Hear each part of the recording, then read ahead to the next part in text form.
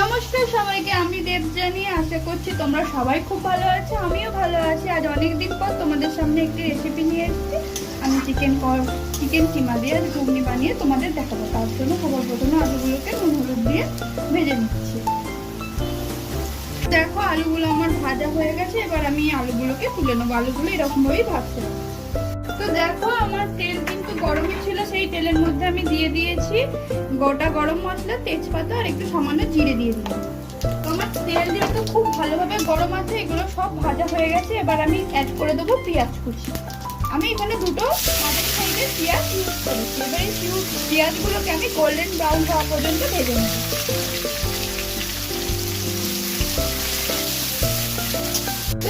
পেঁয়াজ ভাজা আমাদের চলছে, সেই মুহূর্তে এটা তেলে দিলেই খুব ভালো হয়। তো তেলে একটু চিনি দিয়ে দেবেন যাতে কালারটা খুব সুন্দর আসে। আমি চিনি দিয়ে দিলাম।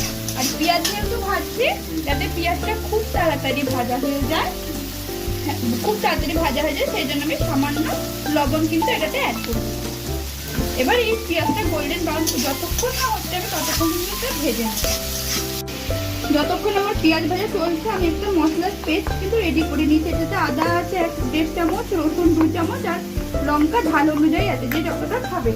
আর এটাতে আমি দেব 1 চামচ ধনে গুঁড়ো, 1 চামচ জিরে গুঁড়ো আর রং অনুযায়ী আমি একটু হলুদ দিয়ে দেবো। যেহেতু মটর সেদ্ধ করার সময় হলুদ দিয়েছি, সেই পরিমাণটা দেখে কিন্তু দিতে হবে। এবার এটাকে আমি এইভাবে একসাথে মিক্স করে রেখে দেবো। পেঁয়াজ ভাজা হয়ে দেখো আমার পেঁয়াজ কিন্তু গোল্ডেন ব্রাউন হয়ে এখনো ভাজা চলছে। আমি এই মুহূর্তেই তেলেতেই কিন্তু আমি চিকেন কিমাগুলো দিয়ে দিচ্ছি। চিকেন কিমাটা আমি ধুয়ে ভালো করে পরিষ্কার করে জল ঝরিয়ে রেখেছি। তারপর আমি এটা অ্যাড করে দিলাম। সাথে আমার কিছুটা একটু হাড় মাংসও রয়েছে, যেহেতু একটু খেতে ভালো লাগে হাড়, ওই জন্য না চাইলে নাও দিতে পারো। এবার এটাকে আমি তেলের সাথে পেঁয়াজের সাথে চিকেন কিমাটাকে একটু ভালো করে ভাজি।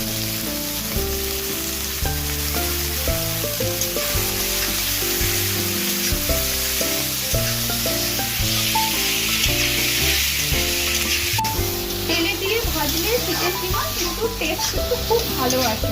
তো দেখো তোমরা তেল দেখো মাংসটা কিন্তু জল থাকতে শুরু করেছি। জলটা যতক্ষণ না শুকাচ্ছে, আমি কিন্তু ততক্ষণ ভাজবো। তারপর আমি মশলা অ্যাড করবো। যে মশলাটা আমি বানিয়ে রেখেছিলাম, এটার মধ্যে আমি একটু চিকেন মশলা অ্যাড করছি। যেহেতু চিকেন কিমা দিয়ে ঘুগনি হচ্ছে, তো 1 চামচ মতন অ্যাড করলাম। এটাতে চাইলে তোমরা কাশ্মীরি লঙ্কার গুঁড়ো কালারের জন্য অ্যাড করতে পারো, আমি অ্যাড করছি। ঠিক আছে, তো চলো এতক্ষণে আমার দিকে দেখো, এতক্ষণে আমার এই দেখো চিকেনের কিন্তু একদম জল শুকিয়ে গেছে। শুকিয়ে গিয়ে চিকেনগুলো অনেকটাই ভাজা ভাজা হয়ে এসেছে। এবার আমি যে মশলার পেস্ট আমি বানিয়ে রেখেছিলাম, সেটা পুরো আমি অ্যাড করে দিলাম। তোমাদের সব পরিমাণ বলে দিয়েছে, এইভাবে কিন্তু করবে। এবার এই মশলা যতক্ষণ না কাঁচা গন্ধ যাচ্ছে, ততক্ষণ কিন্তু আমি এটা করতেই থাকবো।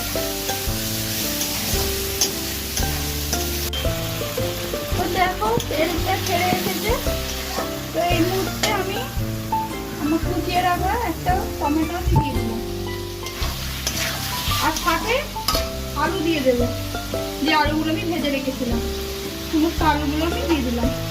এবার আলুর সাথে চিকেনের সাথে এগুলো টমেটো, যতক্ষণ না টমেটো গলে আসছে, কাঁচা গন্ধ যাচ্ছে, ততক্ষণ পর্যন্ত এটা কিন্তু আমার কষা চলবে। সামান্য লেগে আসছে, সামান্য জল দিয়ে কিন্তু কষে নিতে হবে। আমি কিন্তু সামান্য জল দিয়ে কষে নেব। দেখো এখনই দেখে মনে হচ্ছে না লোভ লাগছে? এরকম ভাবে বানিয়েছো, দেখবে সবার খেতে খুবই ভালো লাগবে। বাচ্চা থেকে বড় সবাই খেতে খুব ভালো করে এনজয় করে খাবে। পরোটা বা রুটির সাথে তো বেস্ট লাগে, রুটির সাথেও খুব খারাপ লাগে না।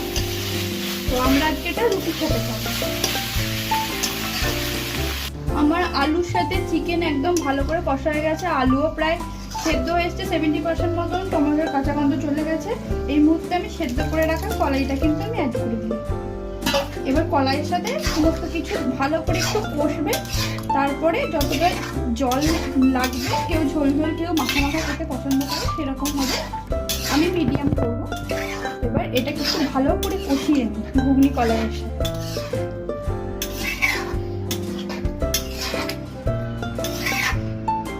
ঢাকা দিয়ে এবার এটা কষতে থাকে। দেখো একদম ঘুগনি থেকে কিন্তু তেল সুন্দর ছেড়ে দিয়েছে। এবার নামানোর আগে জাস্ট আমি অল্প একটু গরম মশলার গুঁড়ো দিয়ে দিলাম, আর তোমাদের কাছে ধনেপাতা থাকলে ধনেপাতা দিয়ে গার্নিশ করে নিয়ে এবার এটা আমি সাজিয়ে পরিবেশন করে তোমাদের সাথে শেয়ার করছি।